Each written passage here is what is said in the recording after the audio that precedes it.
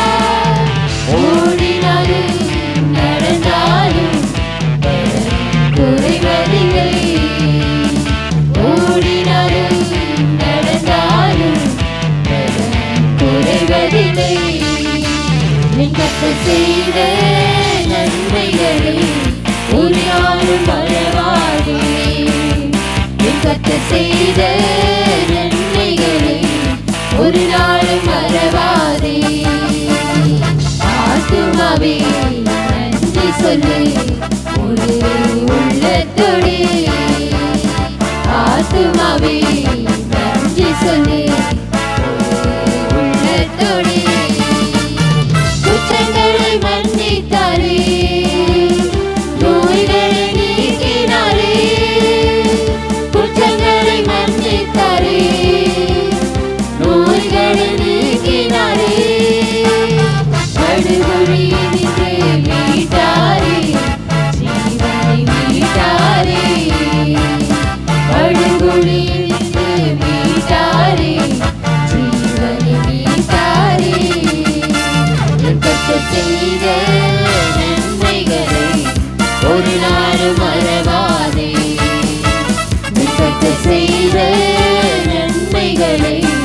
ஒரு நாளும் மறவாதே. ஆத்துமாவே நன்றி சொல்லு முழு உள்ளத்தோடு. ஆத்துமாவே நன்றி சொல்லு முழு உள்ளத்தோடு. கிருபை இரக்கங்களால் மணிமுடி சூட்டுகிறார். கிருபை இரக்கங்களால் மணிமுடி சூட்டுகிறார். வாழ்நாளெல்லாம் நன்மைகளால் திருப்தியாக்குகிறார். வாழ்நாளெல்லாம் நன்மைகளால் திருப்தியாக்குகிறார். இரக்கத்தை செய்த நன்மைகளை ஒரு நாளும் மறவாதே. இரக்கத்தை செய்த நன்மைகளை ஒரு நாளும் மறவாதே. ஹோசன்னா ஜெயமே, ஹோசன்னா ஜெயம், ஹோசன்னா ஜெயம் நமக்கே. நன்றி சொல்லு உள்ளத்தோடு. வேகம் சென்றிடுவோம். ஹோசன்னா ஜெயமே, ஹோசன்னா ஜெயம், ஹோசன்னா ஜெயம் நமக்கே. ஹோசன்னா ஜெயம் நமக்கிடுவோம்.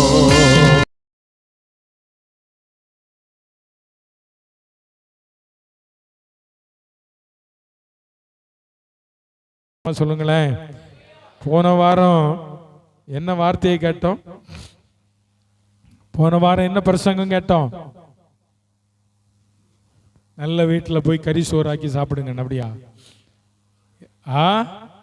வாஞ்சை. கடைசியா நம்முடைய வாஞ்சை எங்க இருக்கணும்? இயேசுவை. என்னம்மா நீ எழுதி வச்சிருக்கியா? சொல்லு பார்க்கலாம்.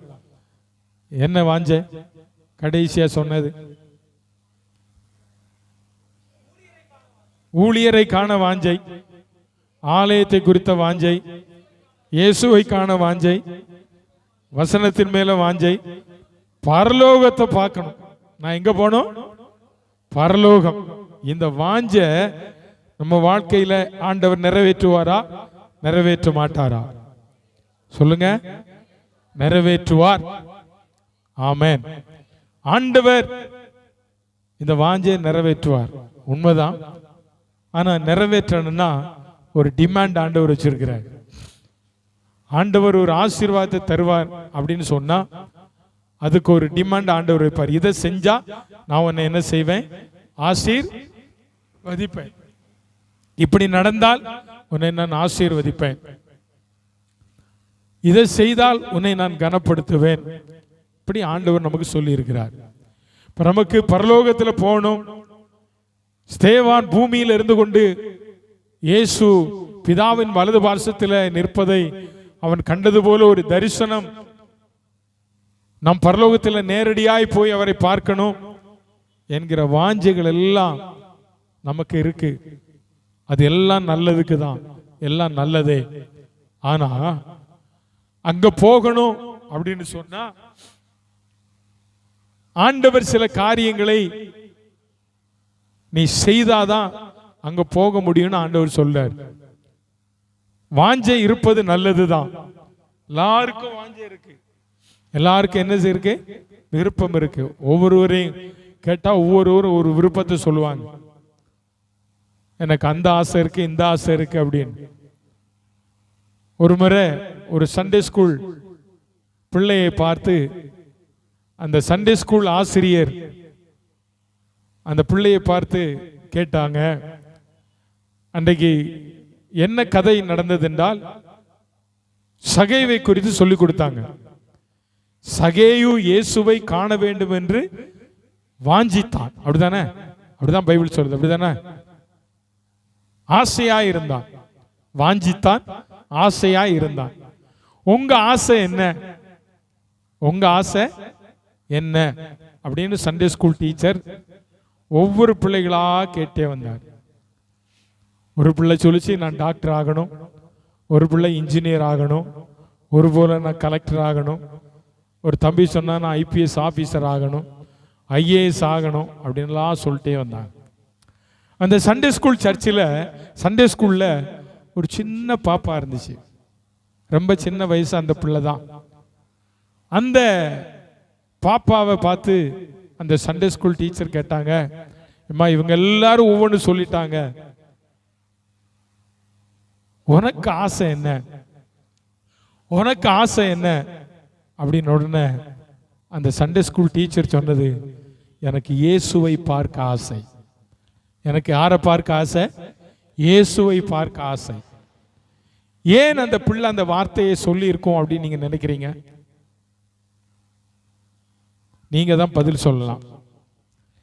ஏன் அத்தனை பேரும் நான் கலெக்டர் ஆகணும், இன்ஜினியர் ஆகணும், ஐஏஎஸ் ஆகணும், ஐபிஎஸ் ஆகணும்னு சொன்னாங்க, அந்த பாப்பா மட்டும் ஏன் நான் இயேசுவை பார்க்க வேண்டும் என்று ஆசைப்படுகிறேன் என்று ஏன் சொன்னான்? கிறிஸ்தவர் நிறைய கேள்வி கேட்கிற பிள்ளை, சொல்லு, ஏன் அந்த தங்கச்சி அந்த வார்த்தையை கேட்டிருப்பான்? அந்த சண்டே ஸ்கூல் டீச்சர் அக்கா கிட்ட ஏன் அந்த வார்த்தையை கேட்டா? யாராவது சொல்லுவீங்களா? கிருபா சொல்லுமா, ஏதோ சொல்ற நீங்க சொல்லுங்க பார்க்கலாம். பின்னால இருக்கிறவங்க சொல்லாமே, ஏன் அந்த பாப்பா அந்த வார்த்தையை சொல்லி இருக்கலாம்?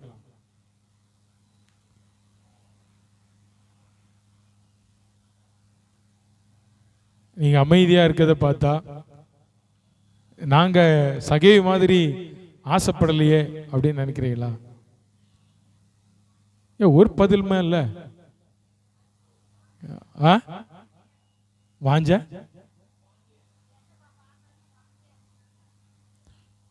ஏசப்பாவை பார்க்கணும்னு வாஞ்சியா இருந்ததுனால வாஞ்சியா இருக்குன்னு சொன்னாளா? அன்பினால. இந்த கதை எங்க நடந்தது? சண்டே ஸ்கூல்ல.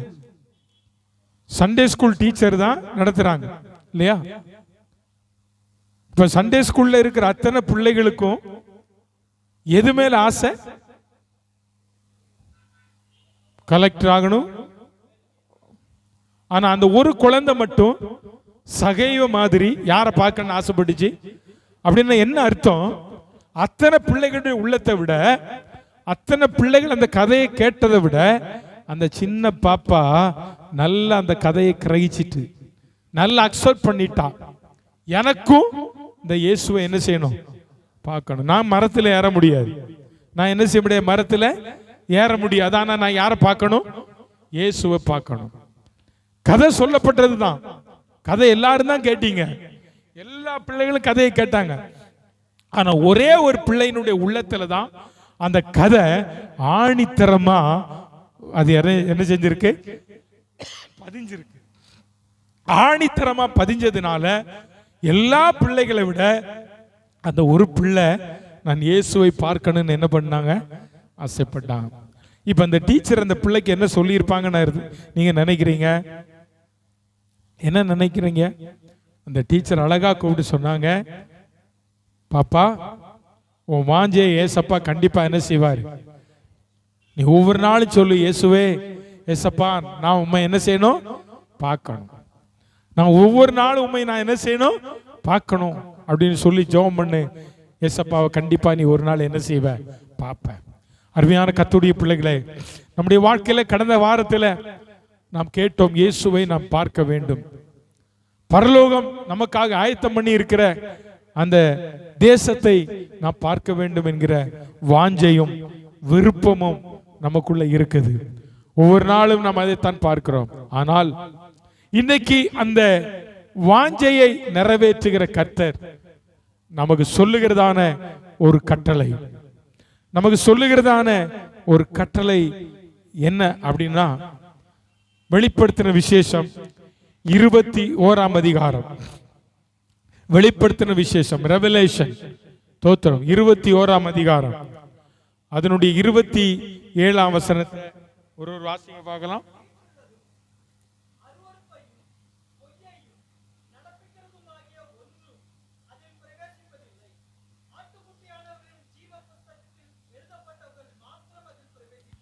ஆட்டுக்குட்டியானவரின் ஜீவ புஸ்தகத்தில் எழுதப்பட்டவர்கள் மாத்திரம் அதில் பிரவேசிப்பார்கள். கர்த்தருக்கு மகிமை உண்டாவதாக. பரலோக ராஜ்யம் போகணும், இயேசுவை சந்திக்கணும், இயேசுவை பார்க்கணும், எல்லாத்துக்கும் வாஞ்சைதான். ஆனால் கர்த்தர் சொல்றதான வார்த்தை என்ன? யோவானுக்கு ஆண்டவர் வெளிப்படுத்துகிற வார்த்தை, நீ பரலோகம் போகணும், பரலோக ராஜ்யத்தை நீ சென்றடையணும் அப்படின்னு சொன்னா உன் பேர் எங்க எழுதப்பட்டிருக்கணும்? ஜீவ புஸ்தகத்தில் எழுதப்பட்டிருக்கணும். தேவனுடைய கரத்தில் 2 புத்தகங்கள் இருக்கிறது. ஒன்று ஞாபக புஸ்தகம், இன்னொன்று ஜீவ புஸ்தகம். ஞாபக புஸ்தகத்தில் நாம் ஒவ்வொரு நாளும் என்னென்ன செய்கிறோம் என்பதை அவர் எழுதி வைத்திருக்கிறார்.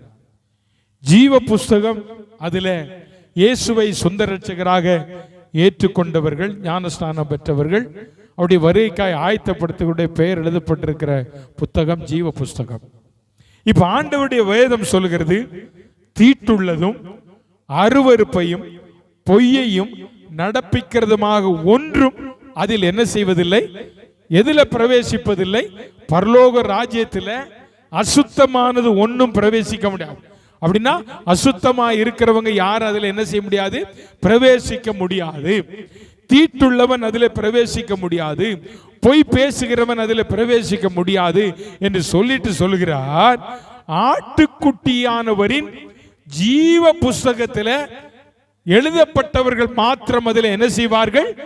அப்போ முதலாவது உன்னுடைய பெயர் எங்கே எழுதப்பட்டு இருக்க வேண்டும்? ஜீவ புஸ்தகத்தில் எழுதப்பட்டு இருக்க வேண்டும். நம்முடைய பெயர் ஜீவ புஸ்தகத்தில் எழுதப்பட்டிருக்க வேண்டும். தோத்திரம்.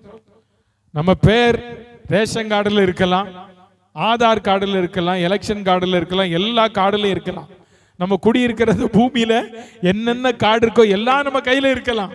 ஆனா ஆட்டுக்குட்டியானுடைய ஜீவ புஸ்தகத்துல நம்ம பேர் இருக்கா? நம்ம பேர் இருந்தா தான் நம்ம எங்க போக முடியும்? அவரை சந்திக்க முடியும், பரலோகம் போக முடியும். ஆட்டுக்குட்டியானவரின் ஜீவ புஸ்தகம். ஆட்டுக்குட்டியானவர் என்பது யார்? ஆண்டவராகிய இயேசு கிறிஸ்து. இயேசுவானவர் இந்த பூமியில நடந்து வரும்போது நாத்தான் சொன்னார், இதோ உலகத்தின் பாவத்தை சுமந்து தீர்க்கிற தேவ ஆட்டுக்குட்டி, தேவ ஆட்டுக்குட்டி. இந்த ஆட்டுக்குட்டி தான் அன்றைக்கு மோரியாவிலே ஈசாக்கை பலியிட ஆபிரகாம் போன போது அங்கே ஆயத்தம் பண்ணப்பட்டிருந்ததான் ஆட்டுக்குட்டி தான் இந்த ஆட்டுக்குட்டி. சோ இந்த ஆட்டுக்குட்டியானுடைய ஜீவ புஸ்தகத்தில் நம்முடைய பெயர் எழுதப்பட்டிருக்குமானால் நம்ம அவரை சந்திக்க முடியும். ஆமென், அல்லேலூயா. இன்னொரு வசனத்தை வாசி, 20ஆம் அதிகாரம், வெளிப்படுத்தின விசேஷம், வெளிப்படுத்தின விசேஷம் 20ஆம் அதிகாரம் 15ஆம் வசனம். ஜீவ புஸ்தகத்திலே எழுதப்பட்டவனுக்காக காணப்படாதவன் எவனோ அவன் எங்கே தள்ளப்படுவான்? பரலோகத்துக்கு போனா உன் பெயர் ஜீவ புஸ்தகத்தில் எழுதப்படணும். அந்த ஜீவ புஸ்தகத்தில் உன் பெயர் எழுதப்படலைன்னா நீ எங்க போவ? சத்தமா சொல்ல, எங்க போவ? அக்கினி, அப்படின்னா நரகம். அதான் அர்த்தம். பரலோகம் நரகம், மோட்சம் நரகம். இது நமக்கு வேதம் சொல்லுகிறது. தோத்திரம். இதற்கு நல்ல ஒரு உதாரணம் நம்ம வேதத்தில் ஐஸ்வர்யவான் லாசருடைய கதை நம்ம படிச்சிருக்கிறோம். ஐஸ்வர்யவான் இந்த பூமியில இருக்கும்போது ரொம்ப சம்பன்னமாய் வாழ்ந்து வந்தான். ஏழை லாசரு வியாதிப்பட்டு அவனுடைய மேஜையில் இருந்து விழுகிறதான பருக்கைகளை, துணிக்கைகளை சாப்பிட்டு வாழ்ந்தவன். 2 பேரும் மரித்தார்கள். ஒருவன் தேவதூதனால் அடக்கம் பண்ணப்பட்டான். யார் அவன்?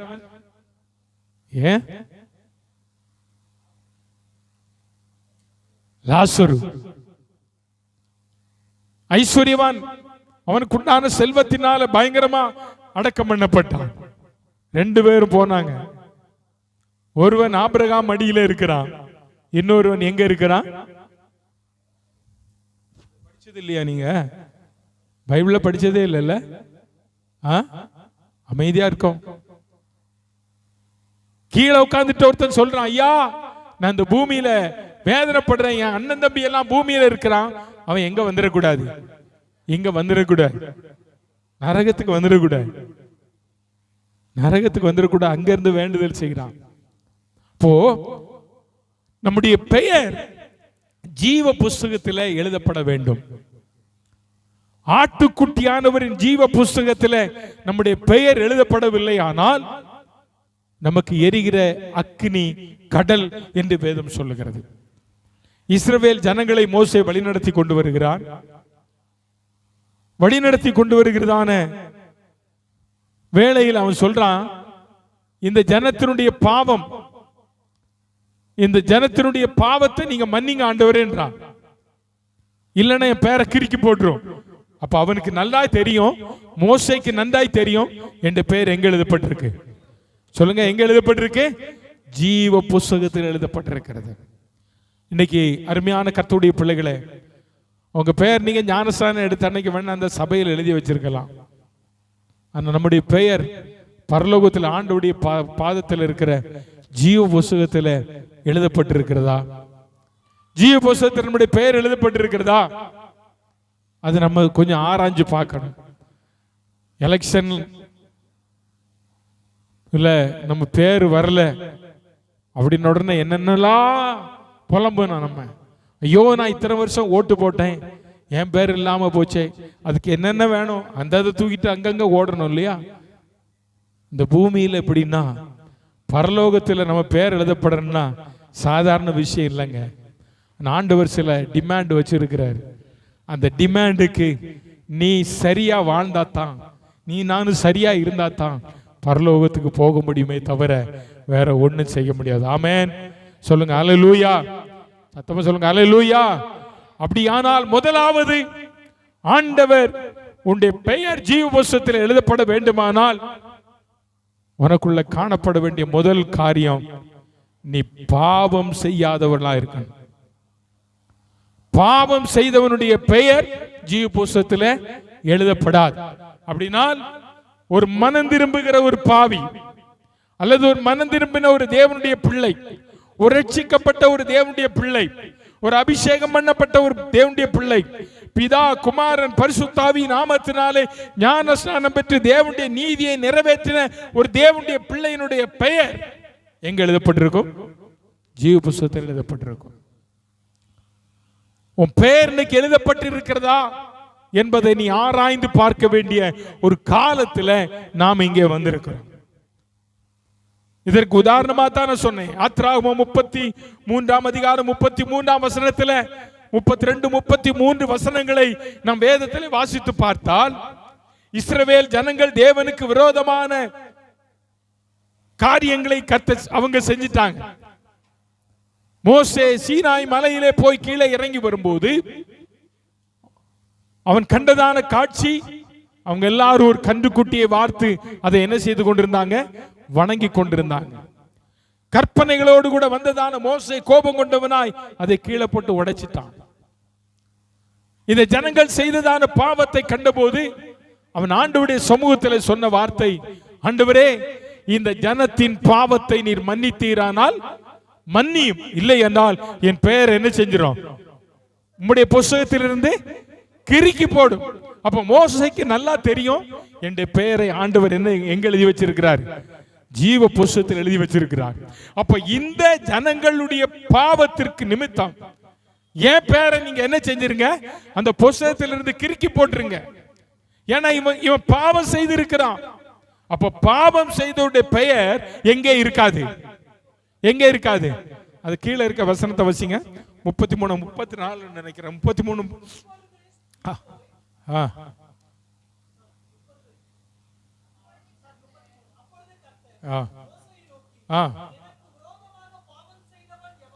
எனக்கு விரோதமாய் பாவம் செய்தவன் எவனோ, எவன் ஒருவன் எனக்கு விரோதமாய், சொல்லுங்க, கர்த்தருக்கு விரோதமாய் பாவம் செய்தவனுடைய பெயர் என்ன செய்யப்படும்? என்ன செய்யப்படும்? கிறுக்கி போடப்படும். இப்ப மோசே சொல்றார், மோசே பாவம் செய்யல, ஆனா இந்த ஜனங்கள் செஞ்சிட்டாங்க. இப்ப சொல்றான், ஏன் பேரை கிறுக்கிருங்க ஆண்டவர். ஏன்னா இத்தனை ஆண்டு காலம் இந்த ஜனங்களை நான் வழிநடத்தி கொண்டு வந்தேன். இவங்களோ வணங்கா கழுத்துள்ள ஜனமாக என்ன செய்யறாங்க? இருக்கிறாங்க. அதனால ஆண்டவரே இவங்க பேரை நீங்க என்ன செஞ்சீங்க? சொல்லுங்க, கிறுக்கி போடு. அப்போ பாவம் செய்கிறவனுடைய பெயர் எங்க இருக்காது? ஜீவ புஸ்தகத்துல இருக்காது. ஒருவேளை ஆண்டவருக்கு பிரியமில்லாத பாவத்தை நாம் செய்து விட்டோம், இப்ப ஆண்டவர் நம்ம பேரை கிரிக்கிடுவார். இப்ப நீ என்ன செய்யணும்? லேவிய ராமத்தின் புஸ்தகம் 19ஆம் அதிகாரம், லேவிய ராமத்தின் புஸ்தகம் 19ஆம் அதிகாரம் 2ஆம் வசனம், லெவிட்டிகஸ் 19. நல்ல நல்ல நல்ல அழகா கொஞ்சம் நிறுத்தி வாசிமா அந்த வசனத்தை. நீ இஸ்ரவேல் இப்ப மோசேகிட்ட ஆண்டவர் சொல்றார், நீ இஸ்ரவேல் புத்திரர், இஸ்ரவேல் சபையார் எல்லார்கிட்ட நீ சொல்ல வேண்டியது என்ன அப்படின்னு நான் உனக்கு சொல்றேன். உங்கள் தேவனும், உங்கள் தேவன் யாருடைய தேவன்? யாருடைய தேவன்? இஸ்ரவேலின் தேவன். அவர் நம்முடைய தேவன். அல்லேலூயா. நிறைய பேர் வாயை திறக்க மாட்டேங்கிறாங்க. ஏங்க கொஞ்சம் வாயை திறந்தாதான் என்ன வந்துச்சு உங்களுக்கு? நம்முடைய தேவன் யார்? நம்முடைய தேவன் யார் சொல்லுங்க. அவர் என்ன சொல்றாரு? நம்முடைய தேவன் பரிசுத்தர் ஆகையால் நீங்கள் பரிசுத்தராயிருங்க. பாவம் செஞ்சவன் பேரை கிரிக்கிடுவார். பாவம் செஞ்சவன் பேரை, பாவம்னா என்னது? நியாயப்பிரமாணத்தை மீறுவது, கீழ்ப்படியாமை, பொய் சொல்லுவது, அப்பா அம்மாவுக்கு கீழ்ப்படியாதது, எதிர்த்து பேசுவது, எல்லாம் பாவம். நீ பிறனிடத்தில் அன்பு கூறாது பாவம். ஆண்டவர் சொல்றாரு, நான் பரிசுத்தர் ஆகையால் நீங்கள் என்னவாயிருங்க? பரிசுத்தராயிருங்கள். இதைத்தான் 1 பேதுரு 1ஆம் அதிகாரம் 16ஆம் வசனத்தில் வாசிக்கிறோம். நான் பரிசுத்தராய் இருக்கிறது போல நீங்கள் என்னவாயிருங்க. அப்ப நம்முடைய வாழ்க்கையில ஆண்டவர் ஆட்டுக்குட்டியானவரின் ஜீவ புஸ்தகத்தில் நம்ம பெயர் எழுதப்பட வேண்டுமானால் நாம் பாவம் செய்தவர்களா இருக்கக்கூடாது, பரிசுத்தம் உள்ளவர்களா இருக்கணும். ஆமென் சொல்லுங்க. அல்லேலூயா, அல்லேலூயா. அதற்காக ஆண்டவர் என்ன செய்திருக்கார் தெரியுமா? 20ஆம் அதிகாரம், லேவிய ராமத்தின் புஸ்தகம் 20ஆம் அதிகாரம், லேவிய ராகமம் 20ஆம் அதிகாரம் 26ஆம் வசனம் வாசிங்க. 20ஆம் அதிகாரம் 26ஆம் வசனம். இந்த பக்கம் ஒருத்தர் கையிலும் பைபிள் இல்லையா? படிச்சவங்க யாருமே இல்லையா இந்த பக்கம்? படிங்க சிஸ்டர், நீங்க தான் சத்தமா படிக்கணும். ஆண்டவர் என்ன சொல்றாரு? 20ஆம் அதிகாரம் 26ஆம் வசனத்தில் என்ன சொல்றாரு? கர்த்தராகிய நான் பரிசுத்தராய் இருக்கிறது போல நீங்களும், சத்தமா சொல்லுங்க, நீங்களும் எனக்கு ஏற்ற பரிசுத்தவான்களாய் இருக்கும்படி. சும்மா இல்ல அந்த வார்த்தை, எனக்கு ஏற்ற, ஆண்டவருக்கு ஏற்ற பரிசுத்தம், கர்த்தருக்கு ஏற்ற பரிசுத்தம். அருமையான கர்த்தருடைய பிள்ளையே, நீ பரிசுத்தமாய் இருப்பது ஆண்டவர் விரும்பல. ஆண்டவருக்கு ஏற்ற பரிசுத்தமாய் நீ இருக்கும்படிக்கு இருப்பீர்களாக, நீங்கள் என்னுடையவர்களாய் இருக்கும்படிக்கு நான் உங்களை மற்ற ஜனங்களை விட்டு என்ன செய்தேன்? ஆமா, நீங்க யாருங்க? நீங்க யாரு? பிரித்தெடுக்கப்பட்டவர்கள், நீங்கள் பரிசுத்தம் உள்ளவர்கள். ஆண்டவர் உங்களை இந்த உலகத்தில் பாவத்திலிருந்து செப்பரேட் பண்ணிட்டார். நீங்கள் நான் யாரு? 1 பேதுரு 2ஆம் அதிகாரம் 9ஆம் வசனம் சொல்லுகிறது, நீங்களோ அந்தகாரத்தின் ஆச்சரியமான ஒளியினிடத்திற்கு வரவழைத்தவருடைய புண்ணியங்களை அறிவிக்கும்படி தெரிந்து கொள்ளப்பட்ட சந்ததி. ஆமென், ஆமென். தெரிந்து கொள்ளப்பட்டவன் என்பது யார் தெரியுமா? வேறு பிரிக்கப்பட்டவன். நீ இந்த உலகத்துக்குரியவன் அல்ல, நீ வேறு பிரிக்கப்பட்ட ஒரு சந்ததி. வேறு பிரிக்கப்பட்டவன் எப்படி வாழணும்? எப்படி வாழணும்? பரிசுத்தமா வாழணும். இஸ்ரவேல் ஜனங்களை பார்த்து ஆண்டவர் சொல்றார், மோசேக்கு சொல்றார், நீங்கள் என்னவா இருக்கணும்? பரிசுத்தமா இருக்கணும். நீங்கள் எனக்கு ஏற்ற பரிசுத்தம், எனக்கு ஏற்றது. தாவீதை பார்த்து ஆண்டவர் சொன்னார், இவன் என் இருதயத்துக்கு ஏற்றவன். அப்ப ஆண்டவருடைய இருதயத்துக்கு ஏற்ற பரிசுத்தம் என்பது என்ன? அவரை போல மாறுவது. ஆமென். நான் பரிசுத்தராய் இருக்கிறது போல நீங்களும் பரிசுத்தராயிருங்கள் என்று சொன்னாரே, அவரை போல. சொல்லுங்க, அவரை போல, இயேசுவை போல, இயேசுவை போல பரிசுத்தம் உனக்குள்ள வேணும். அதுக்காக ஆண்டவர் வேறு பிரிச்சிருக்காரு. நீ உலகத்தோடு ஒத்து கிடக்காத. நீ யாரு? வேறு பிரிக்கப்பட்டவன். வேறு பிரிக்கப்பட்டவன். அல்லேலூயா சொல்லுங்க. அல்லேலூயா, அல்லேலூயா. நான் வேறு பிரிக்கப்பட்டவன். உலகத்துக்கு ஒத்த வேஷம் தெரியாத உன் ஆண்டவர் செப்பரேட் பண்ணிட்டார். உன் குடும்பத்தில இருந்து, உன் இனத்தில இருந்து, எல்லாத்திலிருந்து உன்னை மட்டும் ஆண்டவர் வேறு பிரிச்சிருக்க காரணம் எரேமியா 1:5 சொல்லுது, உன் தாயின் கருவிலே உன் அவயவங்கள் உருவாகும் முன்பதாகவே உன் ஆண்டவர் செப்பரேட் பண்ணிட்டார். ஆமென், அல்லேலூயா. ஆண்டவர் அதற்காக செப்பரேட் பண்ணாரு. ஏன் செப்பரேஷன் ஆண்டவர் உனக்கு அந்த வேறு பிரித்தலை தந்தார்? நீ இந்த பூமியில பரிசுத்தமா வாழணுன்றதுக்காக. பாவம் செஞ்சு வாழாது. பாவம் செஞ்சா நம்ம பரலோகம் போக முடியாது. நம்ம பேர் ஆண்டவர் கிறுக்கி போட்டுருவார். ஜீவ புஸ்தகத்தில் நம்ம ஞானஸ்நானம் எடுத்திருக்க எல்லாம் செஞ்சிருக்கலாம், கிறுக்கிருவேன்றார் ஆண்டவர். அதைத்தான் பவுல் சொல்றாரு. என்ன சொல்றார் தெரியுமா? 1 தெசலோனிக்கர் 3 அதனுடைய 13 நீங்கள் வாசிங்க. 1 தெசலோனிக்கேயர் 3 வாசிங்க. இவ்விதமாய்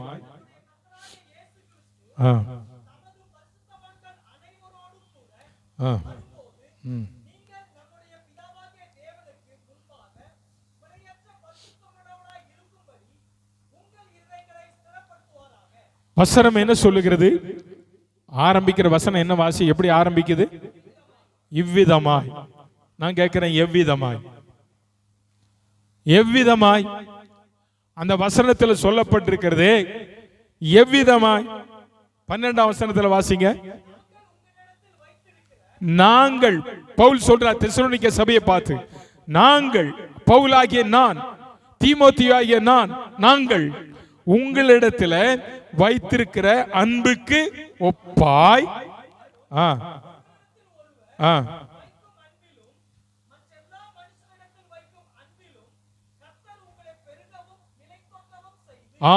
இவ்விதமாய். அப்படின்னா நாம் ஒருவருக்கு ஒருவர் எப்படி இருக்கணும்? சத்தமா சொல்லுங்க. நான் போன வாரமே சொன்னேன், வசனம் படிக்கும்போது பைபிளை பாரு, மற்ற நேரம் யாரை பார்க்கணும்? என்ன பார்க்கணும்? இப்ப வசனம் என்ன சொல்லுது? நாம் ஒருவரில் ஒருவர் என்னவா இருக்கணும்? அன்பா இருக்கணும். ஒருவரில் ஒரு அன்பா இருங்க. நீங்க மற்ற மனுஷரிடத்தில் வைக்கும் அன்பிலும் கர்த்தர் உங்களை பெருகவும் நிலைத்தோங்கவும். அப்ப நீ மற்ற இடத்துல அன்பு செலுத்தலைன்னா உன் பேர் ஆண்டவர் கிறுக்கிடுவார்னு அர்த்தம். அப்படி சொல்லிட்டு சொல்றாரு, ஆண்டவருடைய வார்த்தை சொல்லுது, இவ்விதமாய் கர்த்தராகிய இயேசு கிறிஸ்து தமது பரிசுத்தவான்கள் அனைவரோடு வரும்போது நீங்கள் நம்முடைய பிதாவாகிய தேவனுக்கு முன்பாக பிழையற்ற பரிசுத்தமான உள்ளவர்களாய் இருக்கும்படி உங்கள் இருதயங்களை என்ன செய்யுங்க? திறப்படுத்து. இருதயம் ரொம்ப முக்கியம். நாம் பரிசுத்தமாய் வாழ வேண்டும் என்றால் உன் இருதயத்துக்குள்ள ஒரு தீர்மானம் எடுக்கணும். ஏன்னா இருதயமானது, பவுல் சொல்றார் கலாத்திய சபைக்கு, இந்த இருதயம் எப்படிப்பட்டது? திருக்குள்ளது, மகா கேடுள்ளது. அது அறியத்தக்கவன் யார்? எரேமியாவில் சொல்றாரு, அறியத்தக்கவன் யார்? இந்த இருதயத்திலிருந்து பொல்லாத சிந்தனை, விபச்சாரம், வேசித்தனம், அசுத்தம், காமம், விக்கிரக ஆராதனை, ஒரு பெரிய பட்டியலே பவுல் போடுறார் கலாத்திய சபைக்கு. அப்போ இருதயம் என்னவா இருக்கணும்? என்னவா இருக்கணும்? பரிசுத்தமா இருக்கணும். அப்ப இருதயம் பரிசுத்தமா இருக்கணும்னா ஒரே அடியா ஆண்டவர் விரும்புகிறது, உன் பேர் எழுதப்படணுமா? நீ பரிசுத்தமா இருந்தாதான். நீ பாவம் செய்தனா உன் பேரை நான் என்ன செஞ்சிருவேன்? கிறுக்கி போட்டுருவேன். அப்படின்னா நான் எழுத மாட்டேன். அது அதனுடைய அர்த்தம். ஆட்டுக்குட்டியானவரின் ஜீவ புஸ்தகத்துல உன் பேர் இருக்கா? இன்னைக்கு நம்முடைய வாழ்க்கை எப்படி இருக்கிறது? நம்முடைய வாழ்க்கை எப்படி இருக்கிறது? பரிசுத்தமாய் வாழுகிறோமா? 1 யோவான் 3 அங்க ஆண்டவர் அங்க யோவான் ஒரு வார்த்தையை சொல்றார் பாருங்க. 3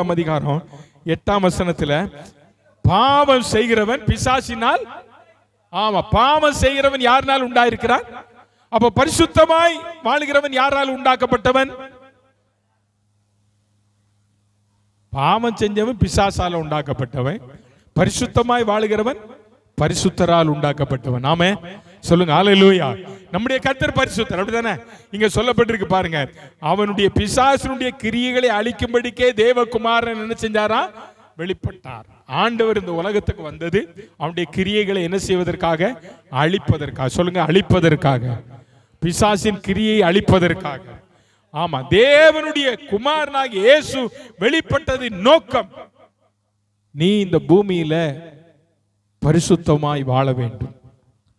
பரிசுத்தமாய் வாழுகிற ஒரு கர்த்தருடைய பிள்ளை 29 சங்கீதம் 2 சொல்லுது, பரிசுத்த அலங்காரத்துடனே கர்த்தரை தொழுது கொள்ளுங்க. ஆண்டவரை தொழுது கொள்வதற்கு நமக்கு என்ன தேவை?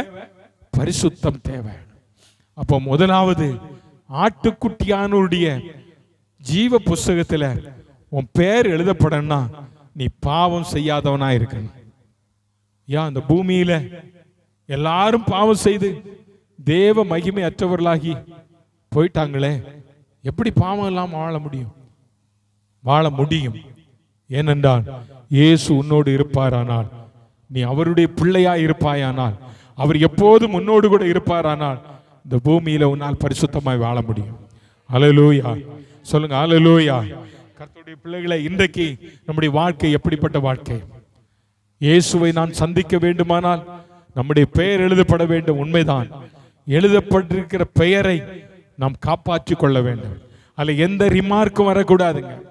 அரசாங்கத்தில் வேலை செய்கிறவர்களுக்கு சர்வீஸ் புக்குன்னு ஒன்று வச்சிருப்பாங்க இல்லையா? அந்த சர்வீஸ் புக்கில் ஒரு ரிமார்க்னு ஒன்று வச்சிருப்பாங்க. ஏன்னா ஏதாவது தவறு ரிமார்க் இருந்தால் உடனே அதை ரெட்டிங்கில் என்ன செஞ்சிருவான்? எழுதி வச்சு. அது நம்முடைய ப்ரமோஷனுக்கு தடையாக இருக்கும். நம்முடைய அது கடைசியில் அது ரிட்டையர்மெண்ட் டைமில் அது நமக்கு பல பிரச்சனையை கொண்டு வரும். அதுக்கு தான் அந்த ரிமார்க் காலம் போட்டிருக்காங்க. பிள்ளைகளுக்கு படிக்கிற பிள்ளைகளுக்கு ஒரு கார்டு கொடுக்குறாங்க இல்லையா? அந்த கார்டில் மார்க்கெல்லாம் இருக்கும். கடைசியில் ஒரு காலம் இருக்கும், ரிமார்க்ஸ். அதில் பாஸா ஃபெயிலான அதில் தான் எழுதுவாங்க. ப்ரமோட்டட் வரணும்னா அந்த ரிமார்க்ஸ் எல்லாம் உன் பேரில் எந்த ரிமார்க்கும் வரக்கூடாது. ஆமென் சொல்லுங்க ஹல்லேலூயா. ஆண்டவர் அவருடைய ஞாபக புஸ்தகத்தில், ஜீவ புஸ்தகத்தில் அந்த ரிமார்க் காலத்தில் ஒண்ணுமே இருக்கக்கூடாது என் பேர்ல. ஆண்டவருக்காக அப்படி வாழ உன் ஆண்டவருடைய கரத்தில் ஒப்புக்கொடு. உன் ஆண்டவருடைய கரத்தில் ஒப்புக்கொடு. தோத்திரம். பிள்ளையற்ற பரிசுத்தமான வாழ்க்கை இந்த பூமியிலே வாழ்வதற்கு கர்த்தருடைய பிள்ளையை நீ ஒப்பு கொடுப்பாயானால் நிச்சயமாய் கடந்த வாரம் நாம் கேட்டது போல நாம் இயேசுவை சந்திக்க முடியும். ஹல்லேலூயா. பரலோகத்திற்கு போக முடியும். ஆமென். உன் பேரை, எழுதப்பட்ட பேரை காப்பாத்திக்கோ. தேவனுக்கு பிரியமான வாழ்க்கை வாழ்ந்து தேவன் வரும்போது ஆயிரமான பரிசுத்தவான்களோடு கூட அவரை சந்திக்க நீ ஆயத்தப்படு. இரண்டாவதாக, கர்த்தருடைய பிள்ளையுடைய பெயர் எழுதப்பட வேண்டுமானால் என்ன செய்ய வேண்டுமா? வாசிக்கலாம். பிலிப்பியர் 4ஆம் அதிகாரம். பிலிப்பியர் 4ஆம் அதிகாரம் 3ஆம் வசனத்தை ஒருவர் வாசிங்க. அன்றியும் என் உத்தம கூட்டாளியே,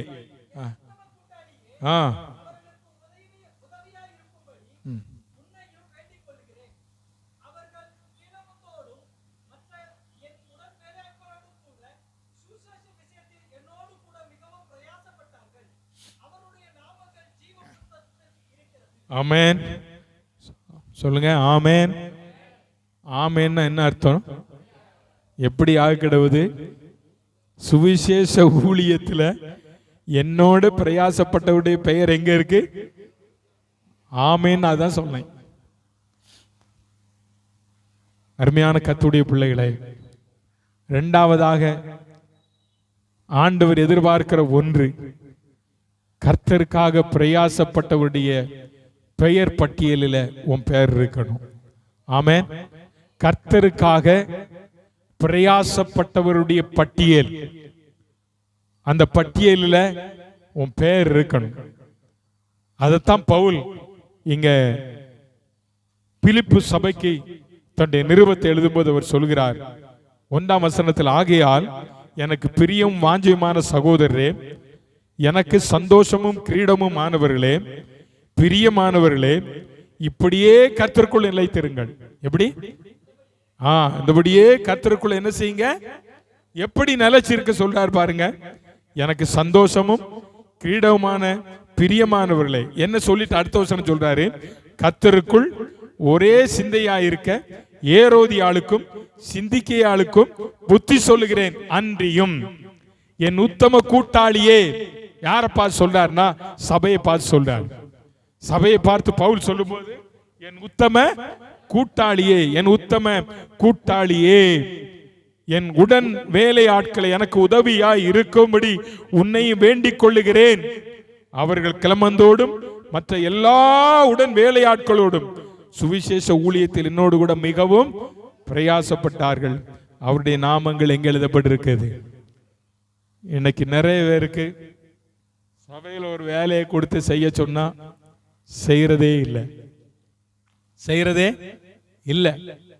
ஆனா பவுல் சொல்றார், என்னோடு கூட சுவிசேஷ ஊழியத்தில் பிரயாசப்பட்டவுடைய பெயர் எங்க எழுதி வைத்திருக்கிறாராம். ஆமென் சொல்லுங்க, அல்லேலூயா. அப்ப நீ ஊழியத்துல, நீ ஊழியக்காரனோடு சபையோடு இணைந்து நீ படுகிற பிரயாசத்திற்கு உனக்கு என்ன இருக்கு? உனக்கு என்ன இருக்கு? சத்தமா சொல்லுங்க. ஒரு பாய் போட்டாலும் அதற்கு என்ன இருக்கு? கூட்டுனாலும் என்ன இருக்கு? ஆமா, நீ இதெல்லாம் செய்யலன்னு வையேன், உனக்கு என்ன இருக்காது? பேர் எழுத மாட்டார், அவ்வளவுதான். நான் சொல்லக்கூடாது, கிரிக்கிடுவார். அழகம் பேர் எழுதி வச்சிருப்பாரு. நீ இதெல்லாம் செய்யாம இருந்தன்னா உன் பேர் என்ன செஞ்சிருவாரு? கிரிக்கிடுவாரு, கிரிக்கி போட்டுருவாரு. சில பிள்ளைகள் இருக்கு பாருங்க, சின்ன பிள்ளைகள் இருக்கிற வீடு எப்படி இருக்கும்? நல்லா சூப்பரா இருக்கும்ல. என்னதான் பெயிண்ட் அடிச்சு வச்சாலும் சுவரெல்லாம் எப்படி இருக்கும்? கிறுக்கி போட்டிருப்பாங்க. அப்பவே நமக்கு தெரிஞ்சுக்கலாம், வீட்டுக்குள்ள போன உடனே இங்க யார் இருக்கா? சின்ன பிள்ளைங்க இருக்காங்க. ஆனா இயேசுநாதர் உன் பேரை கிறுக்கிட்டாருன்னா இங்க வேணா நம்ம பெயிண்ட் அடிச்சிடலாம், ஆனா அங்க ஒண்ணும் பண்ணவே முடியாது.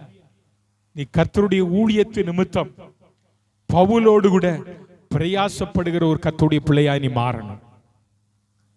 நீ கர்த்தருடைய ஊழியத்துல, சபையில கர்த்தருடைய ஊழியக்காரனோடு கூட சுவிசேஷ வேலை நிமித்தம் பிரயாசப்படுகிற ஒரு பிள்ளையாய் நீ மாறுவாயானால் உன் பெயரை கர்த்தர் ஜீவ புஸ்தகத்தில் எழுதுவார். ஆமென். அவருடைய நாமங்கள் ஜீவ புஸ்தகத்தில் என்ன செய்யறது? இருக்கிறது. பவுல் தெளிவா சொல்றார். அவருடைய நாமம் என்று சொன்னால், நாமம்னா என்னது அர்த்தம்? பெயர். பெயர். உன் பெயர் எங்க இருக்கு? ஜீவ புஸ்தகத்தில் இருக்கு. இன்னைக்கு இருக்கா உங்க பேரு? நீங்க என்ன பிரயாசப்படுறீங்க இந்த சபைக்காக? ஞானஸ்நானம் எடுத்துட்டோம், சபைக்கு வாரம், ஒழுங்கா வரோம். என்ன சபைக்காக பிரயாசப்பட்டீங்க? ஊழியரோடு சேர்ந்து என்ன பிரயாசப்பட்டோம்? நான் சொல்லுங்க, பவுல் பிலிப்ப சபைக்கு சொல்றார், நீ பிரயாசப்படுவாய் ஆனால் உன் பிரயாசத்திற்கு பலனை ஆண்டவர் தருவார். அல்லேலூயா, அல்லேலூயா. நல்ல ஆண்டவர் சொன்னார், ஒருவன் எனக்கு ஊழியம் செய்வானானால் பிதாவானவர் அவனை என்ன செய்வார்? கனம் பண்ணுவார். ஆண்டவருடைய ஊழியத்தை செய்கிற பிள்ளைகளை கர்த்தர் கைவிட மாட்டார். ஆண்டவருடைய ஊழியத்தை சின்னதோ பெருசோ எந்த வேலையை நீ செஞ்சாலும் கர்த்தர் உன்னை உயர்த்துவார். ஆமென், அல்லேலூயா. உன் பேரை கர்த்தர் ஜீவ புஸ்தகத்தில் எழுதி வைப்பார். ஒரு வசனம் கூட வாசிங்க. எபிரேயர் 6ஆம் அதிகாரம், எபிரேயர் 6ஆம் அதிகாரம் 10ஆம் வசனம். எபிரேயர் 6:10. ஏனென்றால் உங்கள் கிரியையும் நீங்கள் பரிசுத்தவான்களுக்கு ஊழியம் செய்ததினாலும் செய்து வருகிறதினாலும் அவர் தமது நாமத்திற்கு காண்பித்த அன்புள்ள பிரயாசத்தையும் மறந்து விடுகிறதற்கு தேவன், நம்ம தேவன் அநீதி உள்ளவரா நீதி உள்ளவரா? சத்தமா சொல்லுங்க. நம்ம ஆராதிக்கிற தேவன் எப்படிப்பட்டவர்? நீதி உள்ள நியாயாதிபதி. ஆமென். அப்ப ஆண்டவர் சொல்றாரு, உன் பிரயாசம் நீ பரிசுத்தவான்களுக்கு ஊழியம் செய்வதனாலும் செய்து வருகிறதுனாலும், நான் சொல்றேன், நீ சபைக்காக ஆண்டவருக்காக செய்கிற ஊழியத்தின் பலனை கர்த்தர் மறக்க அநீதி உள்ளவர் அல்ல. ஆமென். அப்ப நீ ஊழியம் செஞ்சு பார், கர்த்தர் அதற்கேற்ற பலனை உனக்கு தருவார். நீ ஊழியம் செய்யல, உனக்கு பலன் ஆண்டவர் தரமாட்டார். என்ன ஊழியம் செய்யணும்? எவ்வளோ வேலை இருக்கு, எவ்வளோ ஊழியம் இருக்கு. ஆண்டவருக்காக ஊழியம் செய்வது என்பது இந்த உலகத்தில் உன்னதமான ஒரு பணி. இந்த உன்னத பணியில ஒருவேளை நாங்க ஃபுல் டைமா நாங்க வந்திருக்கலாம், வந்துட்டோம், ஆண்டவர் அழைச்சார் வந்தோம். நீங்க ஒரு நாளைக்கு ஒருவருக்காவது இயேசு கிறிஸ்துவை குறித்து சொல்லலாமே? ஆண்டவர் எப்படிப்பட்டவர் என்பதை குறித்து எத்தனை பேருக்கு சொல்றோம்? நம்ம ரட்சிக்கப்பட்டு எத்தனை ஆண்டுகள் ஆயிற்று. நம் மூலம் ஆண்டவர் அறிந்து கொண்டவர்கள் எத்தனை பேர்? சபைக்கு வந்தவங்க எத்தனை பேர்? நம்ம என்ன ஊழியம் செய்கிறோம்? பரிசுத்தவான்களுக்கு நீங்கள் ஊழியம் செய்வதனாலும் செய்து வருகிறதுனாலும் அவர் தமது நாமத்திற்காக காண்பித்த அன்பை, பிரயாசத்தை அவர் என்ன செய்ய மாட்டார். நீ ஊழியத்தில் படுகிற பிரயாசம், பாடுகளை அவர் மறக்கிறவர் அல்ல. ஆமென். சத்தமா சொல்லுங்க ஆமென்.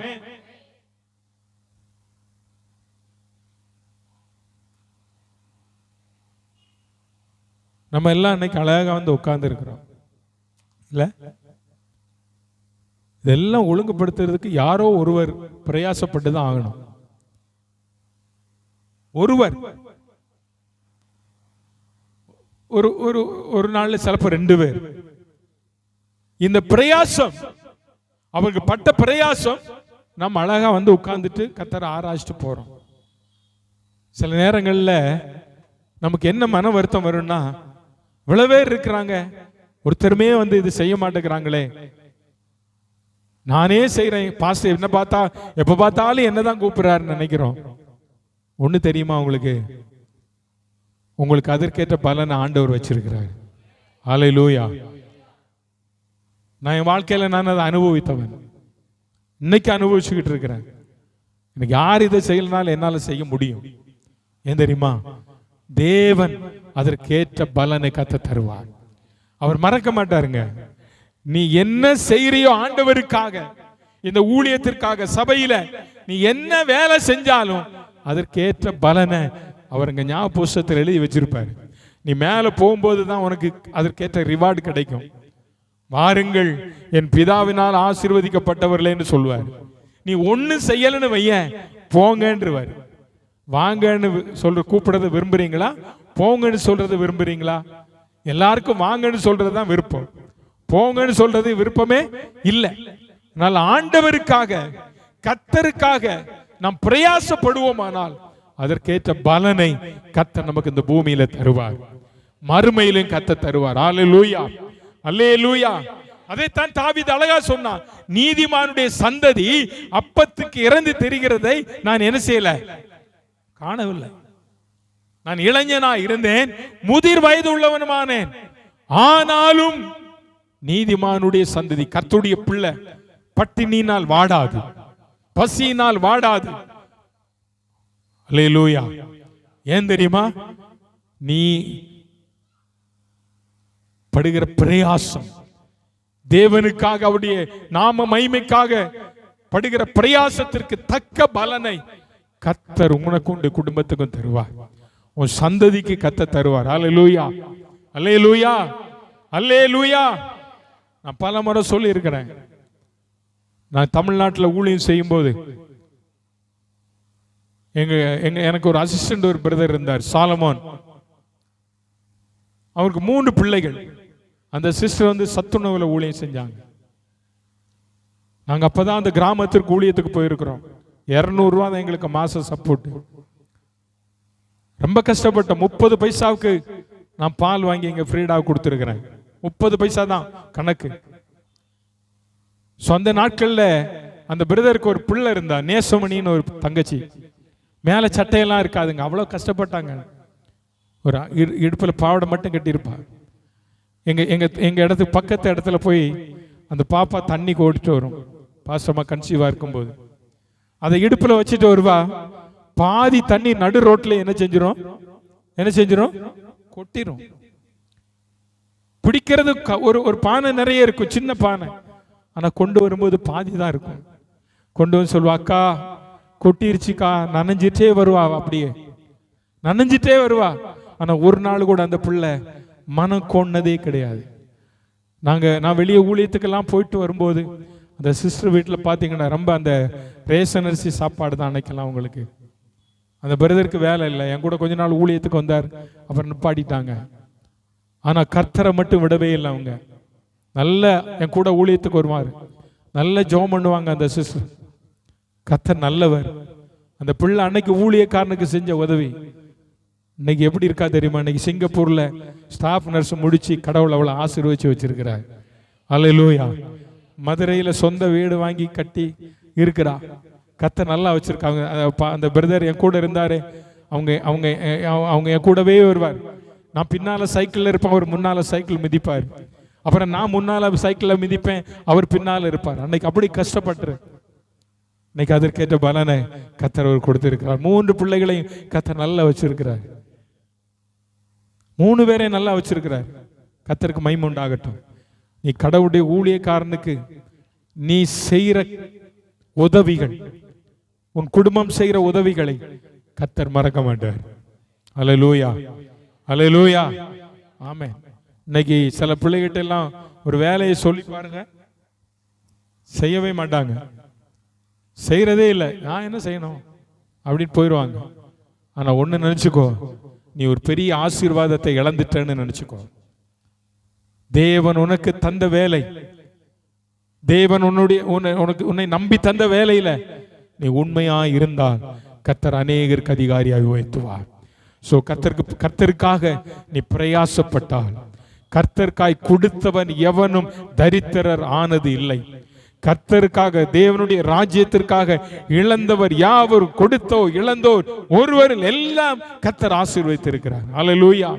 அவருடைய ராஜ்யத்தின் மேன்மைக்காய் கஷ்டப்பட்டோர் நஷ்டம் அடைவதே இல்லை. ஆமென். ஆண்டவருடைய ஊழியத்தின் நிமித்தம் கஷ்டம் இருக்கு. ஆனா அந்த கஷ்டத்தின் மத்தியில தேவன் ஒரு உயர்வை, மேன்மையை கர்த்தர் தரவர் வல்லவராயிருக்கிறார்.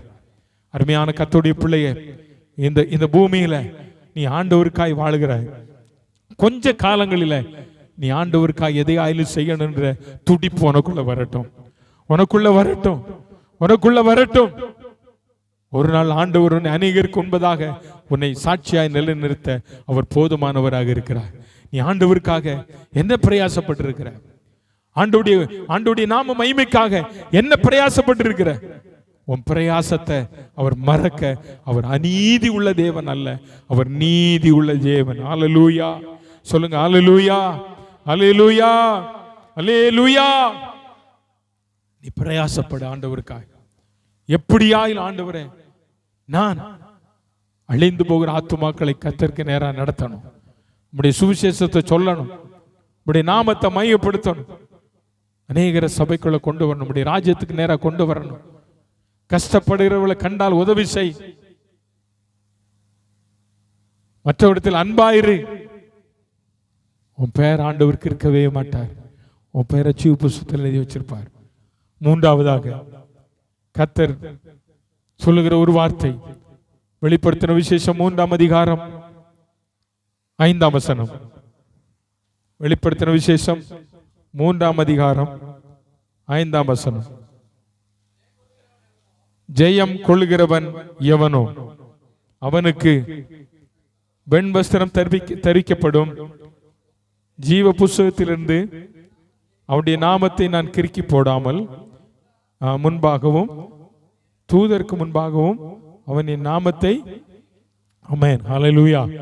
மூன்றாவதாக ஆண்டவர் எதிர்பார்க்கிற ஒன்று, நீ ஜெயம் பெற்ற மனுஷனா இருக்கணும். எதை பெற்றவனா இருக்கணும்? ஜெயம் கொள்கிறவன்.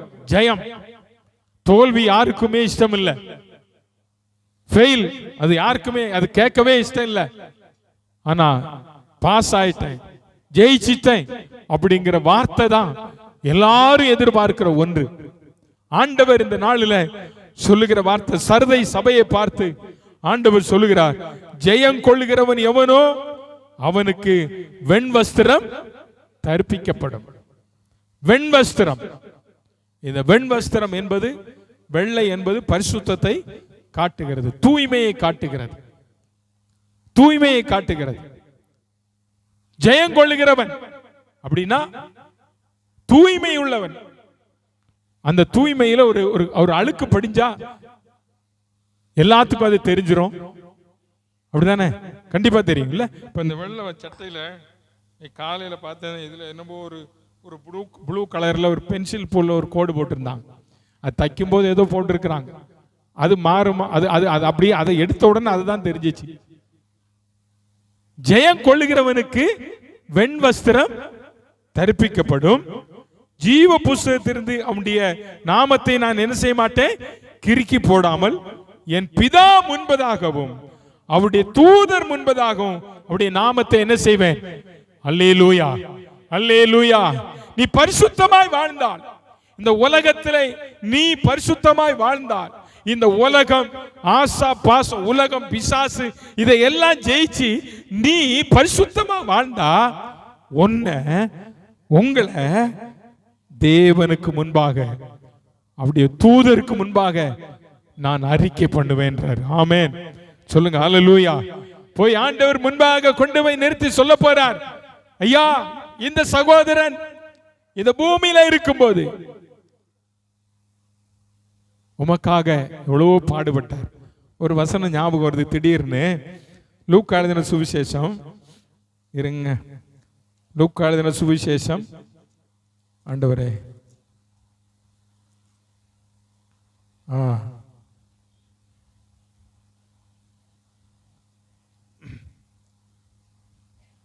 18ஆம் அதிகாரம் எடுங்க. 18ஆம் அதிகாரம்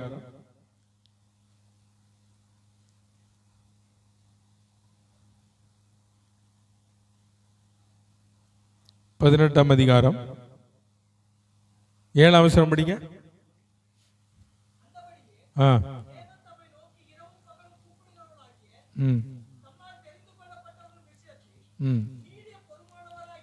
தோத்திரம். ஓகே.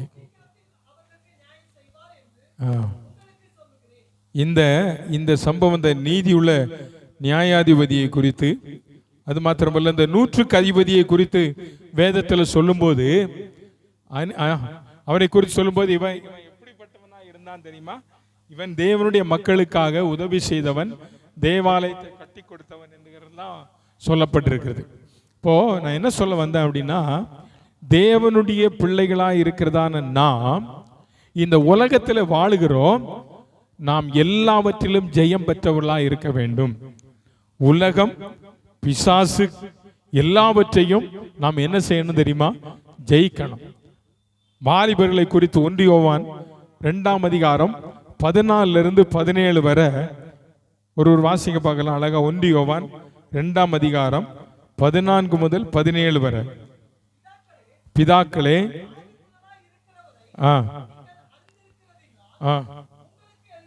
பிதாக்களை பார்த்து சொல்றார், உங்களுக்கு ஆதி முதல் என்ன இருக்குன்றது தெரியும், அதனால நான் எழுதி இருக்கிறேன்.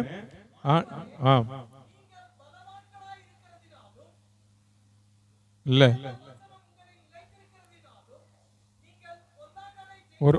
ஒரே ஒரு நிமிஷமா, அதற்கு முந்தின வசனம் சொல்லுது பாரு.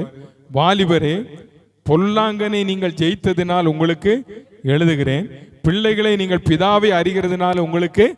அப்போ வாலிபர்களை குறித்து சொல்லும்போது சொல்றாரு, பொல்லாங்கனை நீங்கள் என்ன செய்யணும்? ஜெயிக்கணும். பொல்லாங்கன் யாரு? இந்த உலகத்தினுடைய அதிபதியாகிய பிசாசு. அவனை நீங்க என்ன செய்யணும்? அவன் நிறைய தந்திரத்தை உங்களுக்குள்ள கொண்டு வருவான், நிறைய தந்திரமானதை கொண்டு வருவான். அவனை நீங்க என்ன செய்யணும்? ஜெயிக்கணும். கீழே அதான் சொல்றாரு, உலகத்திலும் 15ஆம் வசனம் படிங்க. 15ஆம்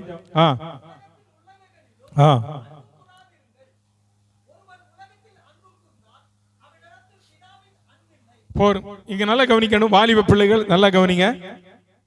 பைபிள்ல சொல்லுது, வாலிபர்களே, பொல்லாங்கனை நீங்கள் ஜெயித்ததினால உங்களுக்கு நான் என்ன செய்கிறேன்?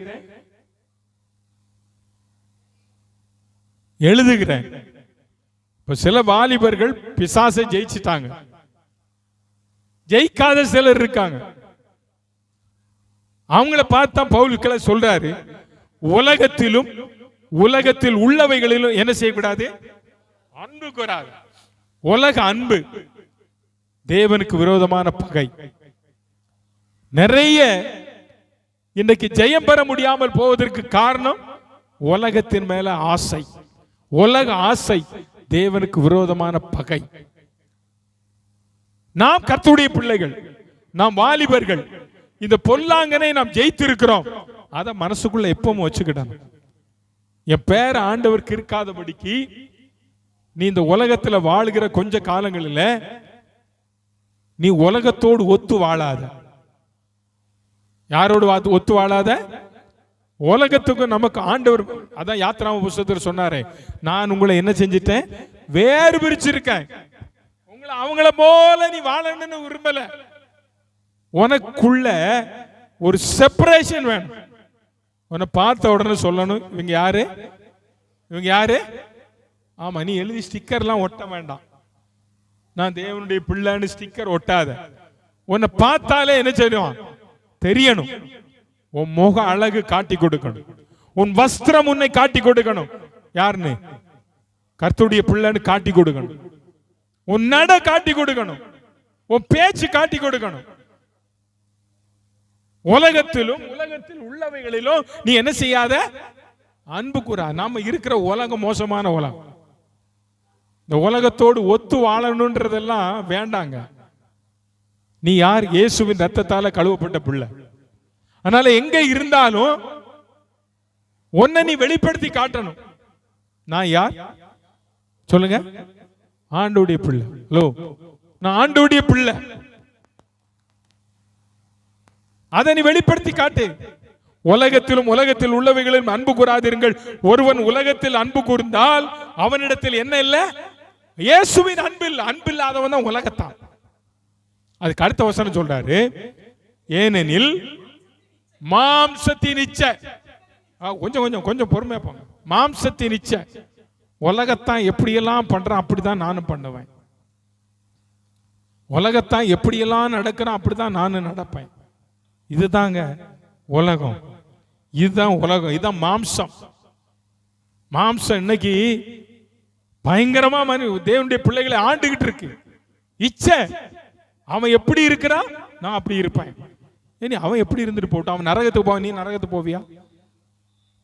மாம்சத்தின் இச்சையும் கண்களின் இச்சை, ஜீவனத்தின் பெருமை. உலகத்தில் உள்ளவைகள் எல்லாம் பிதாவினால் உண்டவைகள் அல்ல, அவைகள் ஆமா உலகத்தானால் உண்டானது. எது? கண்களின் இச்சை, மாம்சத்தின் இச்சை, ஜீவனத்தின் பெருமை, எல்லாம் எல்லாம் எல்லாம் எல்லாம். அதற்கு கீழே சொல்றார் பாருங்க, உலகமும் அது நிச்சயம் ஒளியும். ஆமென். இதெல்லாம் ஒரு நாள் போயிருங்க. நீ போடுற இந்த கண்மசி இதெல்லாம் போயிரும். இதெல்லாம் தேவனுக்கு ரட்சிக்கப்பட்ட விசுவாசி தயவு சொல்றேன், திருவிருந்தம் எடுக்கும் போதெல்லாம் நீ இந்த கையில இந்த என்னது அந்த என்ன இதெல்லாம் போட்டு வராத. தயவு செய்து போடாத. அதை போட்டதுனால என்ன பிரயோஜனம்? பிள்ளைகளுக்கு போட்டு விடுறாங்க தாய்மார்.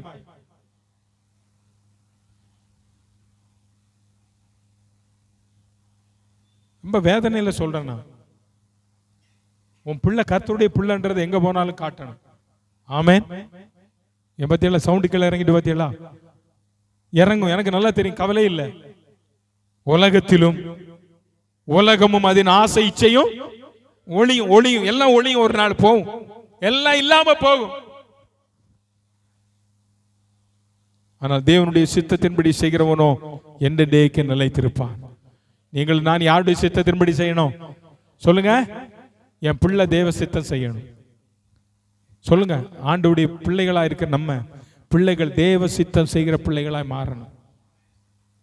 வாலிப தம்பி தங்கச்சி, நீ என் பிள்ளை தான். என் பிள்ளை வயசு உங்களை கண்டிக்கிறதுனால என் மேல வருத்தப்பட்டாலும் பரவாயில்ல. எத்தனையோ முறை சொல்லிட்டேன் நான். எத்தனையோ முறை சொல்லிட்டோம். நாங்க சொல்றது இன்னைக்கு அம்மா அப்பாவுக்கு பிடிக்க மாட்டேங்குது. அம்மா அப்பாவுக்கு பிடிக்க மாட்டேங்குது. எனக்கு கவலையே கிடையாது.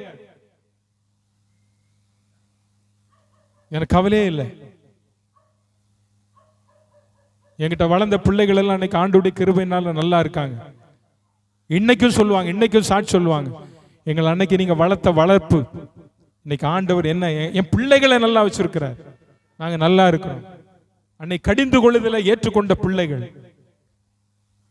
நீ இப்படி செய்யக்கூடாது என்று சொன்னால் ஏற்றுக்கொண்ட பிள்ளைகள் அன்றைக்கு இருந்தாங்க, அன்னைக்கு வளர்ந்தாங்க. இன்னைக்கு அவங்க எல்லாம் கல்யாணம் ஆகி பிள்ளைகளாய் நல்ல நல்ல நிலைமையில கர்த்தர் வச்சிருக்கிறார். காரணம் என்ன தெரியுமா? அன்னைக்கு கடிந்து கொள்ளுதலை ஏற்றுக்கொண்டார்கள். தாவீது சொல்றான், நீதிமான் என்னை கடிந்து கொண்டு தயவாய் கொட்டட்டும், என் தலைக்கு அது எண்ணெயை போல் இருந்தது, என் தலை அதை என்ன செய்யல, அல்ல தட்டல. தட்டாத பிள்ளையை கர்த்தர் ஆசீர்வதிப்பார். ஆமென் சொல்லுங்க, அல்லேலூயா. ஆமா, உலக ஆசை விட்டுரு. உனக்கு நல்ல Dress வேணும், தேவைதான். ஆனா நல்ல Dress தான், ஒழுக்கமான Dress-ஆ இருக்கணும். நம்ம போட்டுட்டு போகும்போது நம்ம மற்றவங்க பார்க்கிற மாதிரி நம்ம ஆடை அணிந்து போக கூடாது. அதற்காக நம்ம ஆண்டவர் இந்த பூமியில வைக்கல. ஆலயத்துக்கு வரோம், ஆலயத்துக்கு வரும்போது எப்படி வரோம்?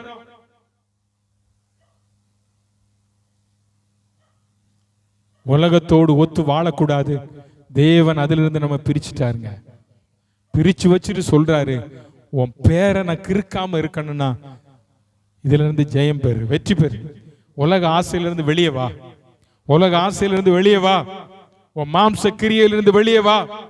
ஒரு வசனத்தை மட்டும் வாசி ஜெபம் பண்ண போறேன். ரோமர்கள் 8ஆம் அதிகாரம் 36, 37 நீங்க படிச்சு பார்த்தீங்கன்னா பவுல் அங்கு சொல்றதான ஒரு வார்த்தையை நம்ம சொல்றோம். அந்த வார்த்தை எவ்வளவு ஒரு உண்மையான வார்த்தை என்பதை நீங்க அறிஞ்சு கொள்ள முடியும். 35ஆம் வசனத்தை வாசிங்க பார்க்கலாம். ஒருத்தர், உமது நிமித்தம்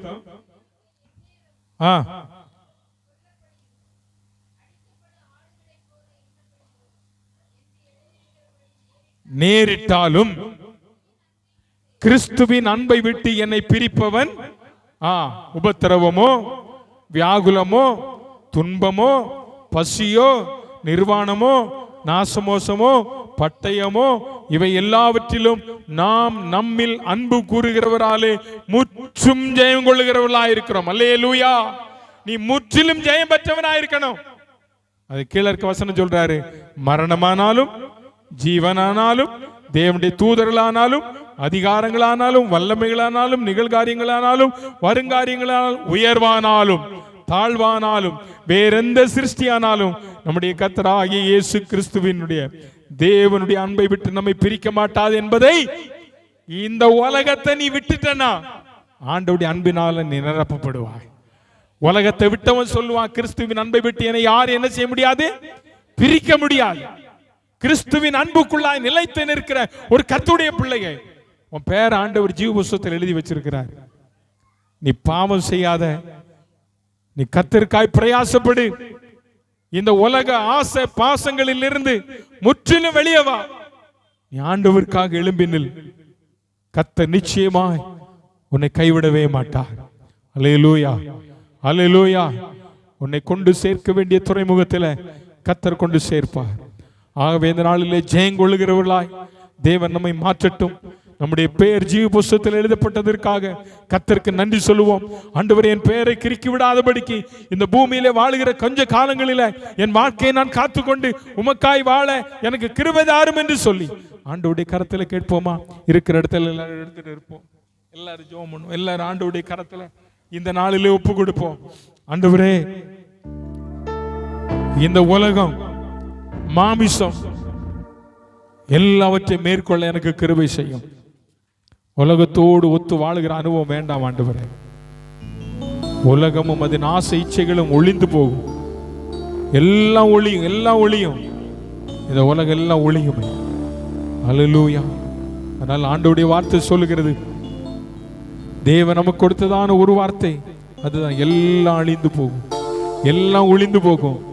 தேவனுடைய சித்தத்தை செய்கிறவனோ என்றென்றைக்கு நிலைத்திருப்பான். பிள்ளைகளே, இது கடைசி காலமாய் இருக்கிறது. அந்தி கிறிஸ்து வருகிறான் என்று நீங்கள் கேள்விப்பட்டபடி இப்பொழுது அநேக அந்தி கிறிஸ்துகள் இருக்கிறார்கள். அதனாலே இது கடைசி காலம் என்று அறிந்திருக்கிறோம் என்று சொல்லி யோவான் அந்த வசனத்தின் கீழே முடிக்கிறார். 18வது வசனத்தில் இது கடைசி காலம். ஆகவே அருமையான வாலிப தம்பி, தங்கச்சி, அருமையான விசுவாச பிள்ளைகளே, உங்களுடைய வாழ்க்கையில பரிசுத்தமாய் ஆண்டவருக்கு வாழ தேவனுடைய கரத்தில் நம்மை ஒப்பு கொடுப்போமா? ஹல்லேலூயா. எல்லாரும் வாய்களை திறந்து கேட்கப்பட்டதான வார்த்தையை ஆண்டவருடைய திரு சமூகத்தில் ஒப்பு கொடுப்போம். ஆண்டவரே, இந்த நாளில் நீர் எங்களோடு கூட நீர் பேசினீர் ஜீவ புஸ்தகத்தில் எழுதப்படாதவன் எவனோ அவன் அக்கினி கடலில் தள்ளப்படுவான் என்று சொன்னீரே. என் பேரை நீர் எழுதியிருக்கிறதற்காக உமக்கு ஸ்தோத்திரம். ஹல்லேலூயா, ஹல்லேலூயா, ஹல்லேலூயா, ஹல்லேலூயா. நன்றி ஆண்டவரே, நன்றி ஆண்டவரே. எல்லாரும் வாய்களை திறந்து இயேசையா உமக்கு நன்றி ஆண்டவரே, நன்றி ஆண்டவரே, நன்றி ஆண்டவரே, நன்றி ஆண்டவரே. கிருபைதார், கிருபைதார், கிருபைதார். ஹல்லேலூயா, ஹல்லேலூயா, ஹல்லேலூயா. ஜெயம் கொடுக்கும் தேவனுக்கு கோடி கோடி ஸ்தோத்திரம். வாழ்வழிக்கும் இயேசு ராஜாவுக்கு வாழ்நாள் எல்லாம் ஸ்தோத்திரம். ஜெயம் கொடுக்கும்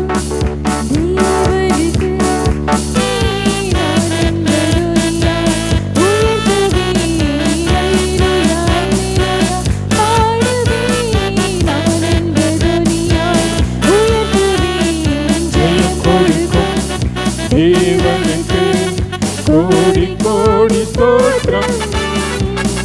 வாழ்வழிக்கும் இயேசு ராஜாவுக்கு வாழ்நாளெல்லாம் ஸ்தோத்திரம். நம்பிக்கை தேவனே, நன்மைகள் அளிப்பவர். நம்பிக்கை தேவனே, நன்மைகள் அளிப்பவர்.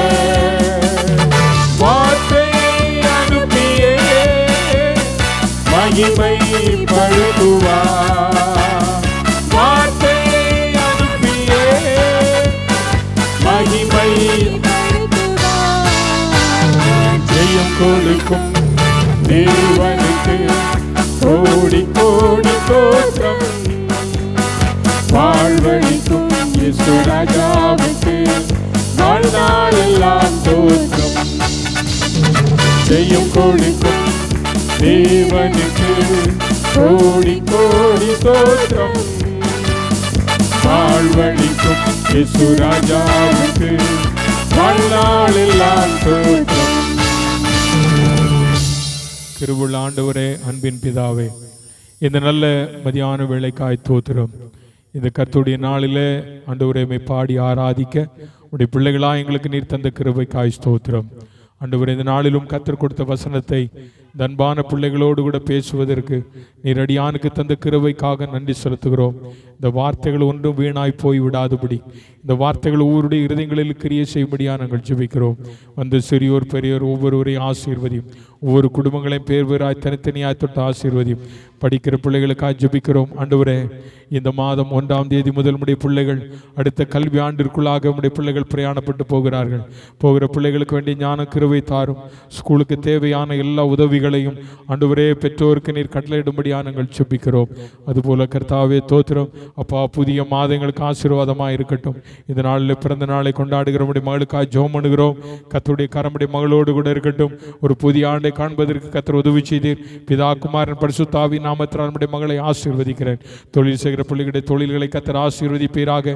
வேலை செய்கிற பிள்ளைகளை வேலைகளில் ஆண்டவருடைய பாதுகாப்பின் கரம் கூட இருந்து வழிநடத்தும்படியாக நாங்கள் ஜெபிக்கிறோம்.